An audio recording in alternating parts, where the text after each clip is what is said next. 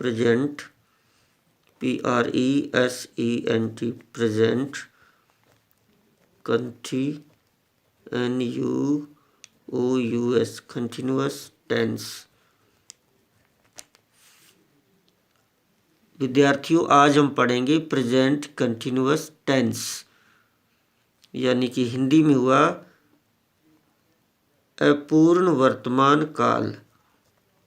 अपूर्ण वर्तमान काल।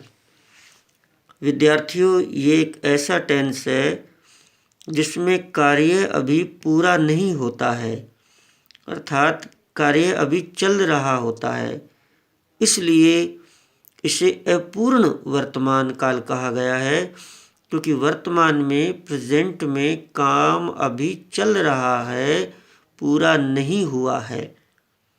जैसे उदाहरण में मैं आपको बताऊं, जैसे मैं एक पत्र लिख रहा हूं। मैं एक पत्र लिख रहा हूं। मैं एक पत्र लिख रहा हूं। इसमें हम जब इस वाक्य को पढ़ते हैं, मैं एक पत्र लिख रहा हूं, तो हमें ये जो रहा हूं है, रहा हूं, इससे पता चलता है कि पत्र लिखने का कार्य अभी जारी है। अभी मेरे हाथ में पेन है और मैं पत्र लिख रहा हूं। अभी पत्र लिखने का कार्य पूरा नहीं हुआ है, और इसी वजह से इसे अपूर्ण कहा गया है। और कंटिन्यू का मतलब भी लगातार कार्य चलना होता है, यानी कि कार्य पूरा नहीं हुआ। तो इसकी इंग्लिश हुई I am writing a letter.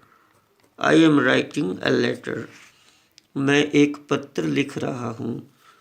विद्यार्थियों, इस टेंस का एक नाम और भी है, और वो है present progressive,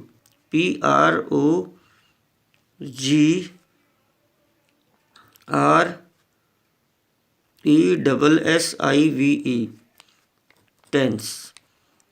present progressive tense, ये इसका दूसरा नाम है। फर्स्ट जो इसका नेम है वो है प्रेजेंट कंटिन्यूअस, ये फर्स्ट हो गया प्रेजेंट कंटिन्यूअस, और दूसरा नाम इसका हुआ present progressive tense. Present progressive tense इसे इसलिए कहा गया है क्योंकि प्रोग्रेसिव का मतलब भी वो है जो आगे बढ़ रहा हो, जो चल रहा हो, जो कार्य जारी हो, यानी कि एक जारी रहने वाला, वर्तमान में जारी रहने वाला समय, वर्तमान में जारी रहने वाला समय, रहने वाला समय। तो कार्य वर्तमान में जारी रहता है। जैसा कि मैं एक पत्र लिख रहा हूँ, I am writing a letter, यानी कि कार्य, पत्र लिखने का कार्य अभी जारी है। तो ये तो हम बात कर रहे थे कि इसके दो नेम हुए, प्रेजेंट कंटिन्यूअस टेंस पहला, और दूसरा प्रेजेंट प्रोग्रेसिव टेंस। अब हम बात करते हैं इस टेंस की डेफिनेशन की, परिभाषा। जो पहला पॉइंट है वो है डेफिनेशन,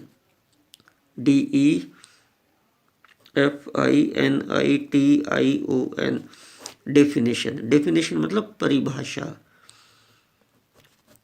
परिभाषा विद्यार्थियों, ऐसा कोई कार्य है जो अभी भी चल रहा है, ऐसा कोई कार्य जो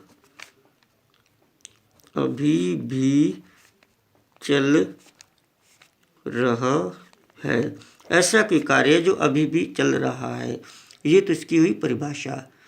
अब हम इसको पॉइंट नंबर 1, पॉइंट नंबर, अच्छा 1 तो डेफिनेशन हो गया। Point number 2, sorry, point number जो 2 है वो है पहचान। पहचान, पहचान, पहचान है हिंदी वाक्यों के अंत में रहा है, रहा है, रही है, रही है, रहे हैं, रहे हैं, या फिर रहा हूँ, रहा हूँ। तो विद्यार्थियों, पहचान इसकी हुई हिंदी वाक्यों के अंत में रहा है, रही है, रहे हैं, रहा हूँ। अब इसका तीसरा जो पॉइंट हमारे लिए समझने के लिए है वो है हेल्पिंग वर्ब। उसको हम शॉर्टकट में HV करके लिखेंगे, हेल्पिंग वर्ब। हेल्पिंग वर्ब इसमें प्रयोग होती है is are am, is are am. तो इज किसके साथ है? इज का प्रयोग ही, शी, इट एवं एक वचन नाम के साथ होता है। ही, शी, इट एवं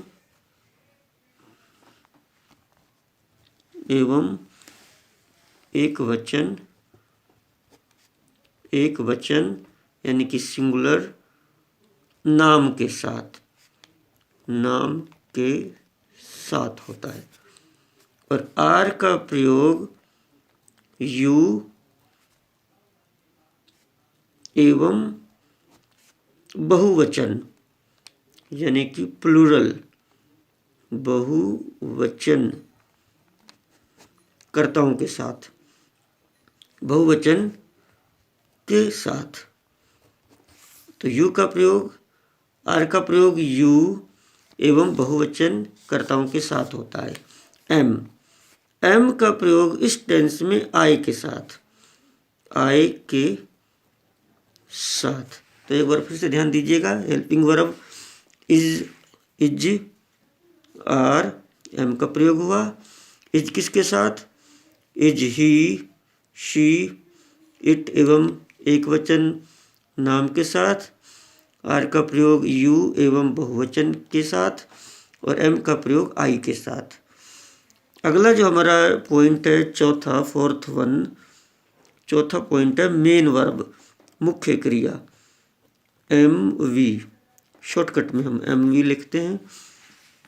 MV का प्रयोग जो है बिल्कुल आसान है, क्रिया की first form plus ING, first form, first form plus ING का प्रयोग। तो ये मेन वर्ब हो गई। अब हम करते हैं पहले प्रकार के वाक्य, फर्स्ट, पहले प्रकार के वाक्य। पहले प्रकार के वाक्य हैं हमारे पास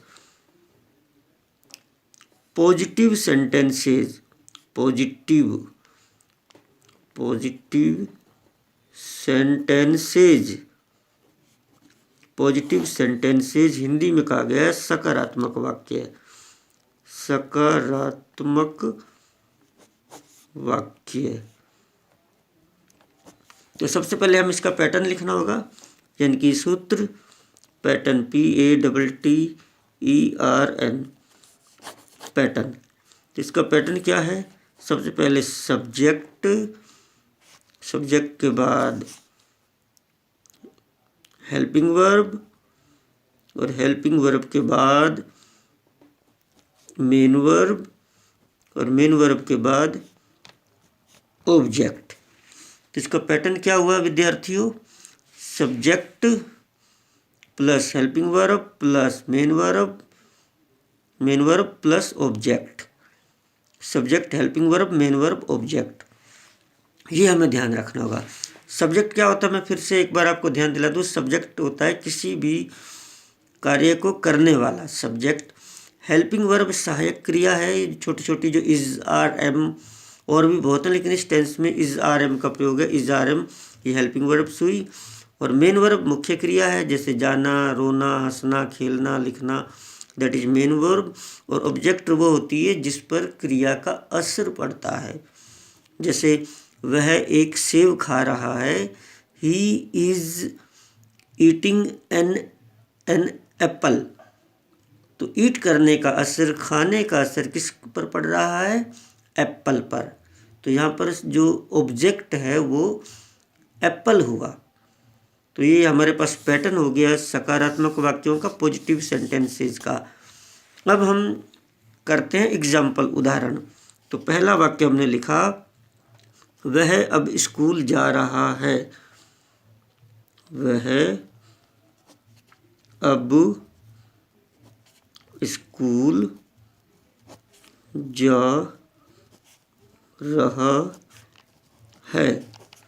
वाक्य को ध्यान से पढ़िएगा, वह अब स्कूल जा रहा है। तो सबसे पहले हमें जानना होगा कौन सा टेंस है ये टेंस है प्रेजेंट कंटिन्यूअस टेंस। आपको कैसे पता चला? हमें पता चला इसकी पहचान से। पहचान रहा है, रही है, रहे हैं, रहा हूँ। तो हमें पता चला रहा है। ये आप ऐसे गोला इसको करिए, रहा है। रहा है से पता चला प्रेजेंट कंटिन्यूअस टेंस है। प्रेजेंट कंटिन्यूअस टेंस कैसा वाक्य है? सिंपल, सकारात्मक वाक्य है। तो पैटर्न क्या है? Subject plus helping verb plus main verb plus object. Subject क्या है? काम करने वाला। काम करने वाला कौन है? वह की अंग्रेजी ही। अगर पुल्लिंग है तो ही, स्त्रीलिंग है तो शी। तो सबसे पहले हमने लिखा ही। अब हेल्पिंग वर्ब, तो ही, ये ध्यान रखो हेल्पिंग वर्ब इसमें कौन कौन सी लगेगी? Is, are, am. विद्यार्थियों एक चीज़ हमेशा ध्यान रखना कि हेल्पिंग वर्ब का प्रयोग किसके अनुसार होता है? सब्जेक्ट के अनुसार। सब्जेक्ट को देखकर कि सब्जेक्ट एक वचन है या बहुवचन है, उसी के अनुसार हेल्पिंग वर्ब का प्रयोग होता है। तो सब्जेक्ट ही है यानी कि एक वचन है, तो ही के साथ क्या लगाते हैं? आप यहाँ पर हेल्पिंग वर्ब में देखिएगा तो ही के साथ जो इज का प्रयोग है, ही, शी, इट एवं एक वचन कर्ता के साथ इज लगता है। तो ही के साथ लगेगा इज। ही इज तक हो गया, तो सब्जेक्ट हो गया, हेल्पिंग वर्ब होगी। अब आएगी मेन वर्ब। मेन वर्ब यानी कि मुख्य क्रिया। मुख्य क्रिया क्या है इसके अंदर? ये जो जा रहा है ना, जाना, आप ये ऐसे ना लगा देना पीछे, जाना। हंसना, खेलना, रोना, भागना, बोलना, ये सारी क्रियाएं होती हैं। क्रियाएं क्या होती हैं? वो हमारी एक जानकारी है कि किसी भी कार्य को करने का जिन शब्दों से आभास होता है उन्हें क्रिया कहते हैं। तो जाने का जो काम है वो क्रिया है। तो यहाँ पर आप देखेंगे तो जो जाना क्रिया है, जाना की इंग्लिश होती है गो, और गो की तीनों फॉर्म होती हैं, गो, वेंट, गोन। लेकिन इसमें क्या है? आईएनजी वाली फॉर्म लगेगी। ये देखिए, फर्स्ट फॉर्म प्लस आईएनजी का प्रयोग। तो गो के साथ आप आईएनजी लगा देंगे, गोइंग,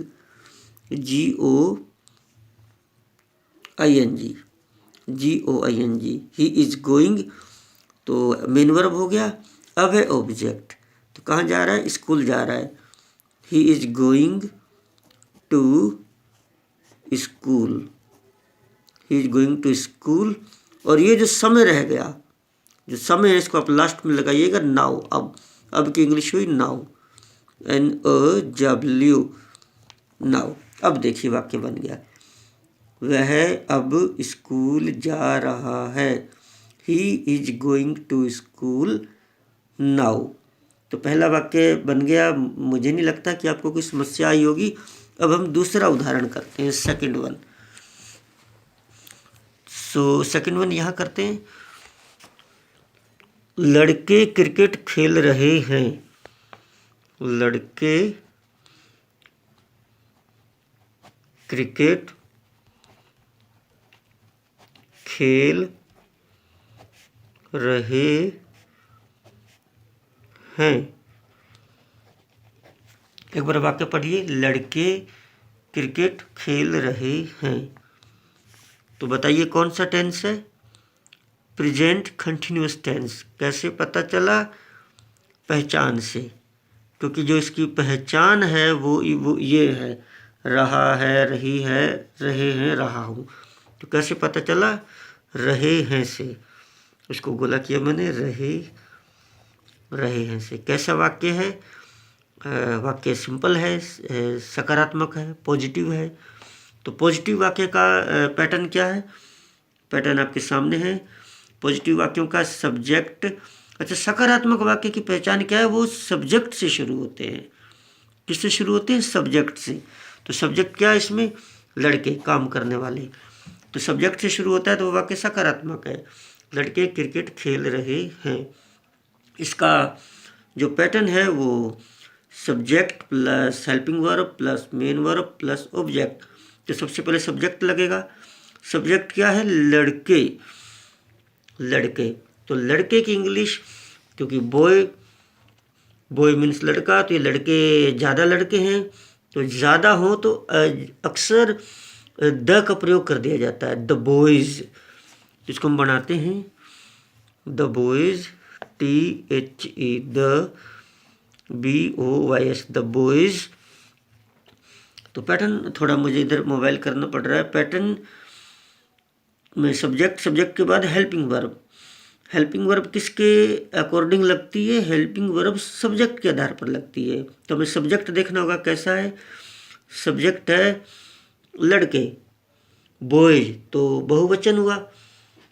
और ये हमें ध्यान है कि जो हेल्पिंग वर्ब इस RM का प्रयोग होता है, यदि बहुवचन हो, प्लूरल हो, तो आर का प्रयोग होता है। जैसे कि हमने यहाँ पर देखेंगे इसको, हेल्पिंग वर्ब आर, यू एवं बहुवचन के साथ आर का प्रयोग होता है।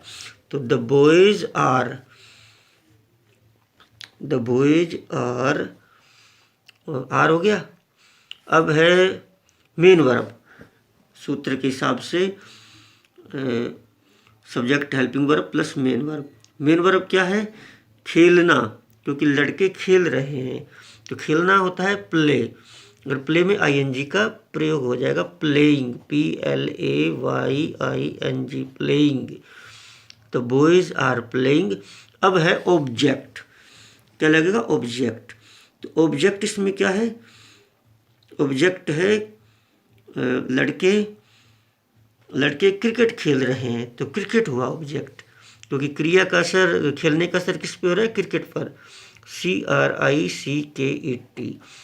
तो अब ये वाक्य बन गया, लड़के क्रिकेट खेल रहे हैं, यानी the boys are playing cricket. एक और वाक्य देखिएगा, आज वर्षा हो रही है। आज वर्षा हो रही है। क्या वाक्य है? आज वर्षा हो रही है। तो कौन सा टेंस हुआ? Present continuous tense. कैसे पता चला? रही है। कैसा वाक्य है? Simple, positive. कैसे पता चला? क्योंकि वाक्य सब्जेक्ट से शुरू होता है। तो इसमें हिंदी में तो सब्जेक्ट का अभी हमें पता नहीं चल रहा कि सब्जेक्ट क्या है, लेकिन इंग्लिश में ये वाक्य सब्जेक्ट से शुरू होगा। तो इसकी अंग्रेजी बनाएंगे, साधारण वाक्य है, तो इसका पैटर्न जो है subject plus helping verb plus main verb plus object. तो सब्जेक्ट देखिए, आज वर्षा हो रही है। इसमें सब्जेक्ट क्या है? ढूंढो। कई बच्चे बोल देते हैं वर्षा सब्जेक्ट है। वर्षा सब्जेक्ट नहीं है। वर्षा कोई अपने आप थोड़ी होती है। सब्जेक्ट क्या होता है? सब्जेक्ट होता है किसी भी काम को करने वाला। तो इसमें देखो काम क्या हो रहा है? वर्षा हो रही है, तो वर्षा को कोई तो कर रहा होगा। कौन कर रहा है वर्षा को? जरा सोचो। कई बार मैं पूछता हूँ बच्चों से, तो बच्चे कहते हैं सब्जेक्ट वर्षा है। वर्षा बिल्कुल सब्जेक्ट नहीं है। वर्षा होना तो एक कार्य है, लेकिन इस काम को कौन कर रहा है? जरा सोचो तो सही। वर्षा अपने आप तो नहीं हो रही, कोई तो कर रहा है। कौन कर रहा है? भगवान। तो कई बार बच्चे बोलते हैं भगवान कर रहा है वर्षा। बिल्कुल सही कहा, भगवान कर रहा है, यानी कि वर्षा अपने आप नहीं हो रही। तो जो भगवान कह लीजिए आप, और ईश्वर कहिए, अल्लाह कहिए, राम कहिए, वाहेगुरु कहिए, मतलब वो जो भी कोई वर्षा कर रहा है, ये वाक्य जो है ये मौसम से संबंधित वाक्य है। यानी कि वर्षा अपने आप नहीं हो रही, कोई ना कोई कर रहा है, और उसका नाम आप नहीं जानते, अलग अलग उसके नाम है। यानी कि मौसम से संबंधित वाक्य, और जब मौसम से संबंधित वाक्य हो, ध्यान रखना, तो हमेशा इट का प्रयोग होगा, सब्जेक्ट लगेगा इट। इट क्या सब्जेक्ट लगा? इट। तो अब हमारे पास सब्जेक्ट का निर्धारण हो गया, सब्जेक्ट हमारे पास सिलेक्टेड हो गया इट, तो सब्जेक्ट हो गया इट। अब इट के साथ आप देखिए इज आर एम में से क्या लगेगा, ये आप हेल्पिंग वर्ब में देखिए। तो इज का प्रयोग ही, शी, इट के साथ, तो इट है तो इज लगेगा, हेल्पिंग वर्ब इट इज, तो सब्जेक्ट हो गया, हेल्पिंग वर्ब हो गया। सूत्र subject plus helping verb plus main verb plus object. तो मेन वर्ब क्या है? वर्षा होना। वर्षा होना होता है रेन, और रेन में आईएनजी लग जाएगा, क्योंकि मेन वर्ब तो बता रहा है ना, पहचान में first form plus ING, first form plus ING का प्रयोग। तो रेन फर्स्ट फॉर्म है, उसके साथ आईएनजी लग जाएगा, RAINING, raining. It is raining, और आज, ये जो आज है ये लास्ट में आ जाएगा today. It is raining today, it is raining today, आज वर्षा हो रही है। तो ये हमारे पास पहले तरह के वाक्य हुए। अब हम दूसरे तरह के वाक्य पढ़ेंगे, नेगेटिव सेंटेंसेस, नकारात्मक वाक्य। नेगेटिव, NEGATIVE, नेगेटिव सेंटेंसेज, यानी कि नकारात्मक वाक्य। नकारात्मक वाक्य, नकारात्मक वाक्य में अक्सर मना किया जाता है। तो pattern, pattern PATTERN, pattern. Pattern बहुत आसान है, सिर्फ उसी सूत्र वही रहेगा, उसमें नॉट और लग जाएगा। जैसे subject plus helping verb plus not plus main verb, यानी कि वही आईएनजी वाली फॉर्म, प्लस ऑब्जेक्ट। अब मैं वाक्य लिखता हूँ, मैं एक किताब नहीं पढ़ रहा हूँ। मैं एक किताब नहीं पढ़ रहा हूँ। मैं एक किताब नहीं पढ़ रहा हूँ। जरा वाक्य को गौर से देखिए, मैं एक किताब नहीं पढ़ रहा हूँ। सबसे पहले कौन सा टेंस है? प्रेजेंट कंटिन्यूअस टेंस या प्रेजेंट प्रोग्रेसिव टेंस। कैसे पता चला? रहा हूँ। कैसा वाक्य है? नेगेटिव, नकारात्मक, नेगेटिव सेंटेंस। कैसे पता चला? नहीं से। तो नकारात्मक वाक्य का सूत्र क्या है? सूत्र है subject plus helping verb plus not plus main verb plus object. तो सबसे पहले सब्जेक्ट लगेगा।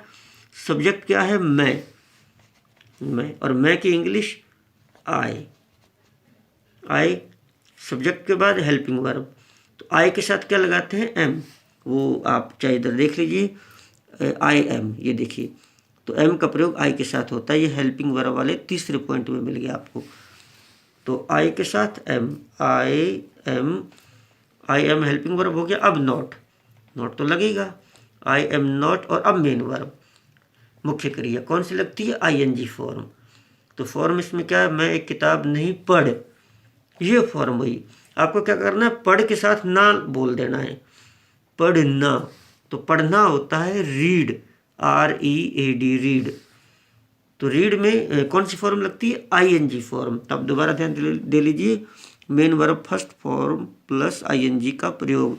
तो रीड में ING लग जाएगा, I am not reading, READING reading. और अब है ऑब्जेक्ट। ऑब्जेक्ट क्या है? एक किताब। ऑब्जेक्ट क्या? जिस पर क्रिया का असर पड़ता है। तो रीड कर रहा है, पढ़ रहा है। क्या पढ़ रहा है? पढ़ने का असर तो किताब पर पढ़ रहा है ना, तो ए बुक, ए बुक। आपका वाक्य तैयार हो गया। अब बोलकर देखिए, मैं एक किताब नहीं पढ़ रहा हूँ, I am not reading a book. The last sentence, एक आखिरी वाक्य और लिखेगा, तुम अपना होमवर्क नहीं कर रहे हो, तुम अपना होमवर्क नहीं कर रहे हो। क्या वाक्य है? तुम अपना होमवर्क नहीं कर रहे हो। तो कौन सा टेंस है? Present continuous tense. कैसे पता चला? रहे हो। कैसा वाक्य है? नकारात्मक, नेगेटिव। कैसे पता चला? नहीं से। तो वाक्य का सूत्र पढ़िए, subject plus helping verb plus not plus main verb plus object. तो सब्जेक्ट क्या है? सब्जेक्ट क्या होता है? काम करने वाला। तो काम करने वाला कौन है? तुम। और तुम की अंग्रेजी होती है यू, यू। और यू के साथ क्या लगाते हैं? इज RM हेल्पिंग वर्ब लगती है। इज RM में से यू के साथ क्या लगाते हैं? यू के साथ आर लगाते हैं। ये देखिए आप, हेल्पिंग वर्ब आर, यू एवं बहुवचन के साथ। तो यू के साथ आपको बिल्कुल यू आर, वैसे फिक्स सही है यू आर। अब उसके बाद तो हेल्पिंग वर्ब के बाद नॉट, यू आर नॉट। सूत्र देखिए, pattern, subject plus helping verb plus not, not तक हो गया। अब मेन वर्ब, मुख्य क्रिया। मुख्य क्रिया क्या है? मुख्य क्रिया है करना। मतलब होमवर्क तो ऑब्जेक्ट हो जाएगा, और करना है तो करना की इंग्लिश होती है डू। लेकिन मुख्य क्रिया इस टेंस में कौन सी लगती है? Main verb ING form. अब यहाँ देखिए, फर्स्ट मेन वर्ब, चौथा पॉइंट है फर्स्ट फॉर्म प्लस ING का प्रयोग। तो ये जो करना है, करना की इंग्लिश होती है डू, और डू में ING लग जाएगा, doing. You are not doing. तो मेन वर्ब तक हो गया। अब है ऑब्जेक्ट। तो ऑब्जेक्ट होता है जिस पर क्रिया का असर पड़े। तो डू करना, क्या करना? Homework, homework. तो होमवर्क की अंग्रेजी होमवर्क होती है। You are not doing. अच्छा, होमवर्क किसका? अपना। एक और इसमें वर्ड आया है, अपना होमवर्क। खाली होमवर्क ऑब्जेक्ट नहीं है, अपना होमवर्क। तुम अपना होमवर्क नहीं कर रहा है, तुम तुम्हारा होमवर्क नहीं कर रहा है। अपना या तुम्हारा की इंग्लिश योर होगी, YOUR, your homework, your homework, your homework. You are not doing your homework. तुम अपना होमवर्क नहीं कर रहे हो। तो विद्यार्थियों, आज के लिए बस इतना ही। ये प्रेजेंट कंटिन्यूअस टेंस का फर्स्ट पार्ट था। अगले सेकंड पार्ट में हम इंटरोगेटिव और इंटरोगेटिव नेगेटिव सेंटेंसेज पढ़ेंगे। और यदि आपको ये वीडियो अच्छी लगी हो तो आप इस चैनल को सब्सक्राइब करना नहीं भूलिएगा, और बेल आइकन को बजाना नहीं भूलिएगा, और लाइक करना नहीं भूलिएगा। Thank you so much. Thank you very much.